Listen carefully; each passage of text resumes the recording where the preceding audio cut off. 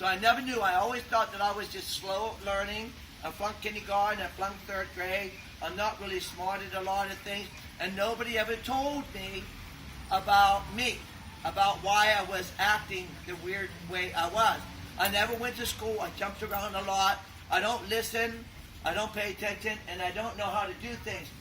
My dad was going really bad. Mom took 6 kids and ran away. So, you got mom, 6 kids in tow, comes to Pittsburgh, a kid like me, not doing too good in school. And then all of a sudden, about 6, 7 years ago, a bus pulls up out here in the front. And all these kids jumped off a bus.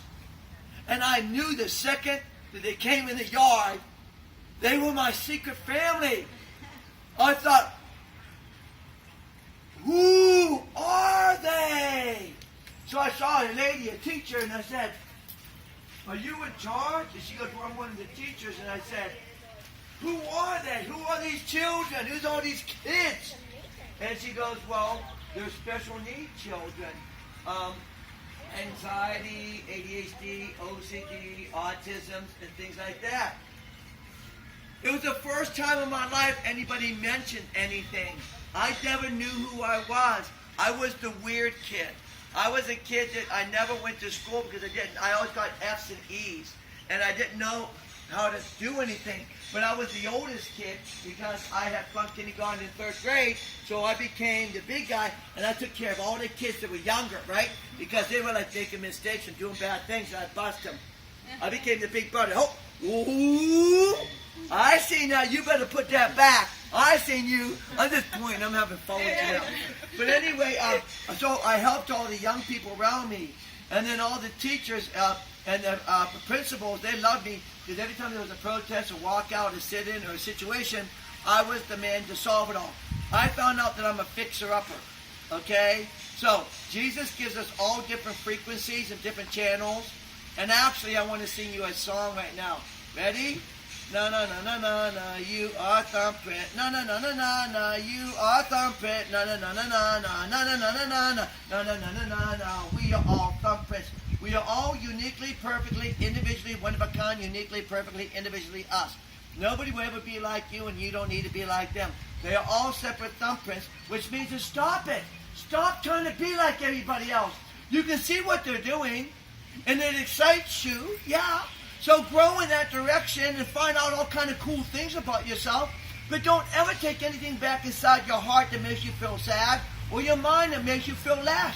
Stop that. Quit being mean to yourself.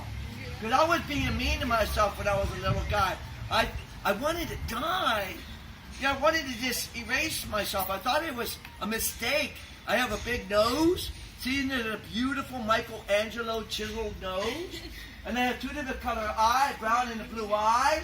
So I thought I was the bottom of the bucket. And then my brain wasn't working real good. And I thought I got the last brain in that bucket. So I always thought that I was the weird kid. I got all the last things nobody else wanted. So I was just me and I was a mistake.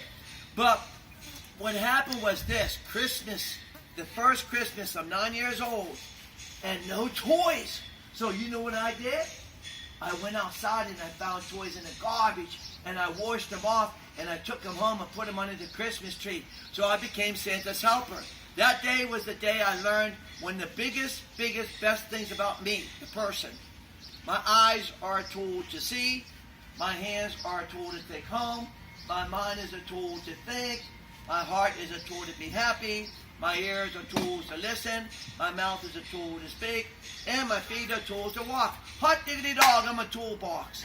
Cool! So if you're a toolbox, you got to love yourself enough to open up your happiness. And you find all these tools. If you don't use your tools, they get broken, misplaced, rusted. Ooh! But if you use your tools, they can get polished and make it purposeful. And before you know it, one tool gets used for 1,000 different things. So here I am, 8, 9, 10, 11, 12, 13, 14, 15, 16 years old, and I didn't do good in school, but I found out I'm a tool chest, I'm going to use my tools. So I started going into old people's yards because Mom always said to be good to old people. Always be nice. Help old people all the time. So they didn't have anybody cut the grass. The grass got big. Hedges got crazy. Everything got helter-skelter. So I would go in, shh, when I knew they left, shh, and I cut the grass real fast, and I'm a very meticulous cutter. I'm very, very, very precise. When I do a job, I'm very much in control. So I cut the grass, I'll get yelled at. I told them my mom told me to do a good job, sorry, I won't do it again. Nope, they hired me and they gave me $5, $10. The whole idea is, then I started taking hedges. And what I like is I like to make spirals in hedges. I study the hedges, I make them perfect. Or I make castles. Or I make topiary trees. So people would come home, they were 80, 90 years old, and all these old people would come home and they would wonder, where's my house? That's my house, but what is this place? A castle. Now I live in a giant castle. And when Edward Scissorhands came out, ooh, I was mad. I'm the real Edward Scissorhands, and he's the fake. I'm the real guy. That made me so, I'm still furious, and I'll always be furious, because I'm the real guy. I'm not a fake. I'm the real McCoy. So, I started doing good deeds for all these people. $5 became $10. I'm selling the snow. Selling the snow, I got $20. Before you know it, all my mom, we was on welfare all my life, okay? And we were like homeless, and like people didn't like a lady with 6 kids with no programs to help them find comfort or help attention. And there was no after-school programs for a kid like me, because they didn't even know, I don't know if they knew what ADHD or autism was. So, what happened was, I was making, are you ready? Pulled out my money, and I would throw it on the table, Mom's kitchen table, and say, Mom, I'm home. So she'd come down, where were you at all this time? What's going on here? And then she'd see the money. The first time she started crying so bad. She thought I robbed somebody. And I said, Mom, I'm a man. I'm a man. I'm in charge of the house. I had no dad. I had no grandpa. I never had a grandpa, and only an uncle maybe once a year if I was lucky. So I decided when I was 8 years, 9, 10, 11, 12, 13, I had to take care of the family. I got the toys from the garbage, and I fixed that. I found lamps and chairs and tables. I took them home, decorated the house up. Then I started helping all the old people, bringing home $100, $200 a day. Mom would cry every night. I bought my brothers and sisters brand new shoes. Nice. Instead of old shoes from the thrift store, we got new shoes. Nice. And we got new clothes. Instead of old clothes that people were throwing at us. And the refrigerator, we used to have milk. Containers of dried powder. It's like the bottom of a chalkboard, or like a box of flour. It was, they took a tin of carnation milk. Did you ever have it? Anybody over there? Anybody ever have a dried milk? It's the worst stuff in the whole wide world, but it's what they send to Africa and other countries that need to have, nutrition. So that's what happened. I had dried milk. I had new milk now, gallons of milk. I had new cereal. I bought all this stuff, meat, so we could have food in the house. So I realized that Jesus made us all toolboxes. If you don't use your tool, shame on you. Shame, shame, shame. So I ran away when I was 20 years old from the gangs that knew me, because I had gone to school with all those guys. And they were all doing heroin and doing bad drugs. Bad, really terrible things. They try to catch you in a hook. And you're at the right age. You know what they do? They go, hey man, you're my boy, come here. We've known each other since kindergarten. We've known each other for 10 years, man. We know each other. Hey, try this, man. This is good. You'll be happy. And all of a sudden, you try something, and the next week they say, here's another one, but now you owe me $10. They try to hook you. It's called fishing. They try to catch you in the net so that they can go ahead and make money off you. So this is what I learned. Are you ready? Every time I was walking into parties, I remember watching Star Wars, and every time Star Wars was being attacked, they would all put up a force field. So this is what I do. Are you ready? I still do it today. Actually, I do it today. I go, ew, and then, ew. I make a noise, and a force field comes around me, and now I'm in the force field. No one can break through. I'm in charge. Woo! You know what I mean? So that's how I fix taking the negatives out and the positives in. And then I saw all my friends, they were carrying their own shovels. I saw a shovel in the hand. They were digging their own graves. All my friends were digging their graves. I saw them doing all this bad stuff, and I thought, they're all carrying shovels. So I don't want to be a shovel carrier. You know what I mean? I'll plant a garden, but I will not dig my own corpse. So I just decided if you learn what to do in life every day, you might learn 20 things to do. But you learn what not to do? What not to do? You can find 50 things what not to do. You hear people yelling, freaking out, doing bad things, robbing people, doing all kinds of things. So I learned what not to do. So the story of Randyland is to teach people that even though that sometimes we feel bad about ourselves, we feel negative, we hurt ourselves, every one of you at one time or another, in fact, you're going to probably do it almost weekly, if not every day, you find something bad about yourself. Oh, I wish I could lose weight. Oh, I wish I could get rid of this gray hair. Oh, I wish I was this or that, or smarter, or richer, or I wish I could take a vacation. So we all kind of are mean sometimes to ourselves. We need to stop being mean. Anything we absorb, we become. You know, we're like little seeds in a garden. Would you go ahead and plant a beautiful garden and then walk through the middle of it and just tramp it down or put kerosene on it or gasoline? No! You gotta love yourself, man. You are a beautiful, beautiful, beautiful, beautiful seed. You came down from heaven. Now you need a root. And the more you love yourself, the more you root. And when you start to root and reach and absorb, I grow with my dreams. So I found out that nobody would ever teach me anything. So every time I have a wish, if it goes away in the air, then it goes away. But it comes back 5, 6, 7, 8, 9, 10 times. It's not a wish anymore. It's a passion. Yep. So every time I wish or dream or think, and if it comes back over and over and over, I think, okay, it's a value. So I plant it. I help it grow by loving it and thinking about it. And then I grow with my dream. So, like, for example, I don't know how to paint. But I picked up a paintbrush because I wanted to learn to paint. So I grew with my dream. And I got all these walls painted. Carnegie Mellon is sending all the architects over to study me now.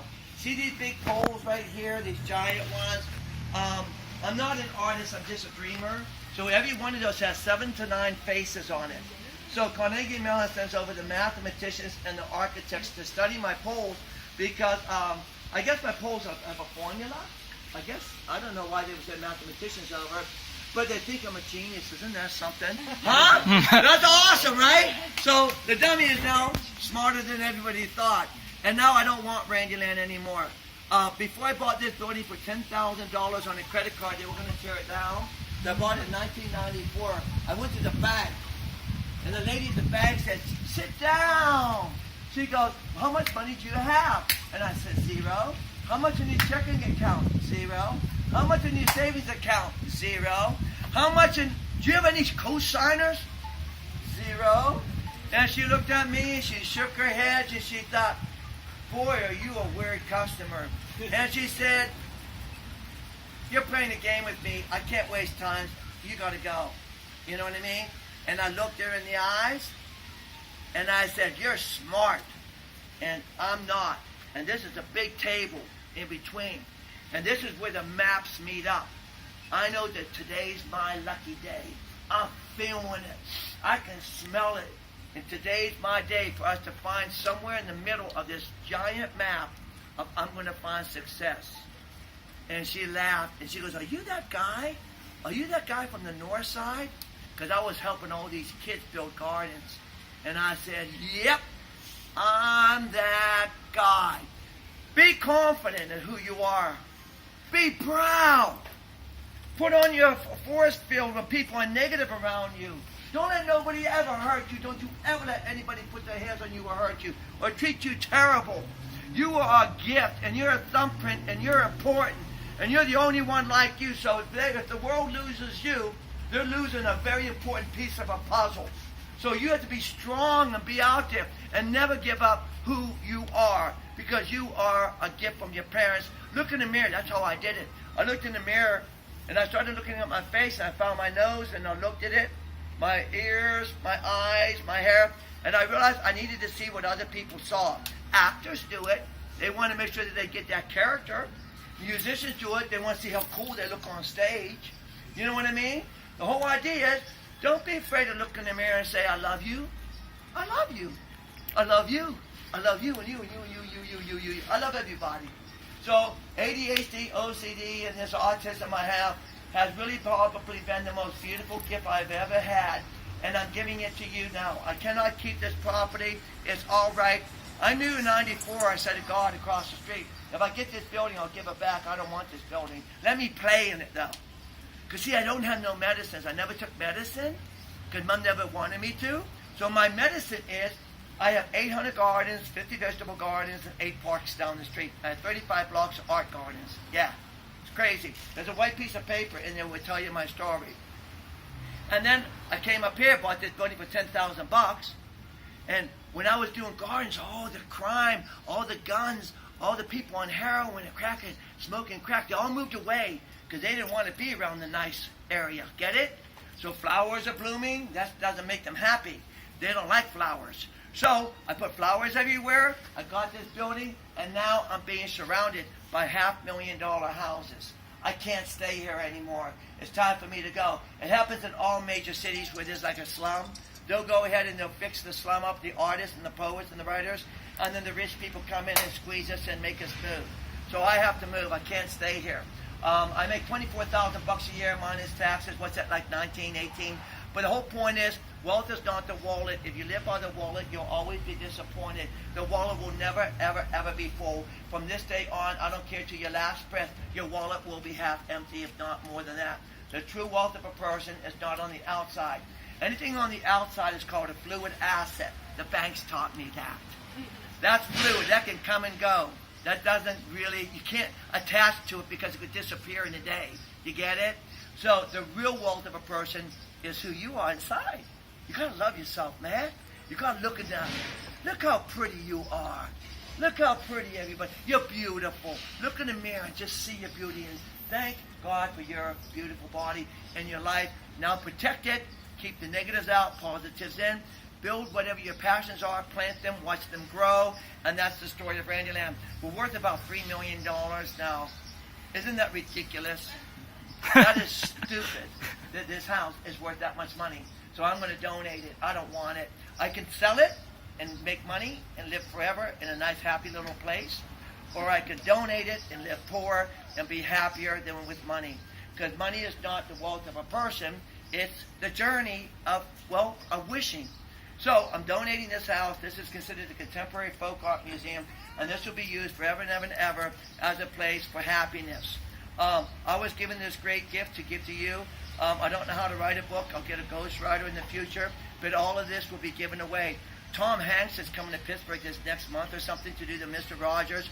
I know he's going to want to come and talk to me because they call this one of the happiest houses in the world. So that's going to be really cool to meet Tom Hanks. But we get movie stars, we get people from all over the world, and people tell us that they've never seen a house like this. That wall has over 140 countries on it, so it's the largest international welcome wall in America. So actually, what I'm building is a modern landmark. Okay, most landmarks are 75 years to 100 years old. This is a new one. But I just want to welcome you, and if I can answer any questions, let me know. I'm sorry I talk so much, but I love you, and I get very excited fast. So I'll stop talking now. Thank you. Woo! Thank you. I get excited really fast. I'm like a bouncing guy. I get really excited. So sorry. Nice. Yeah. Who did that? Oh, awesome. Thank you, guys. Thank you. You know this sand pile was this big, okay? And you know what happened? The kids take their hands and they pick up the sand and they go like this. And then they go to the next pile and they go like this. That sand pile was that high. And the kids have so much fun moving the sand that they moved it everywhere, and now the sand pile is almost gone. Isn't that a funny story though, huh? That's a gorgeous picture right there, sweetie pie. Who's with you? So now, take that picture. She's amazing. The colors that you're carrying right next to that pole. You just look perfect. And then may I please borrow your camera for a second? As soon as you're down there. Is that a chat? Because that way I would love to get it's a gorgeous picture.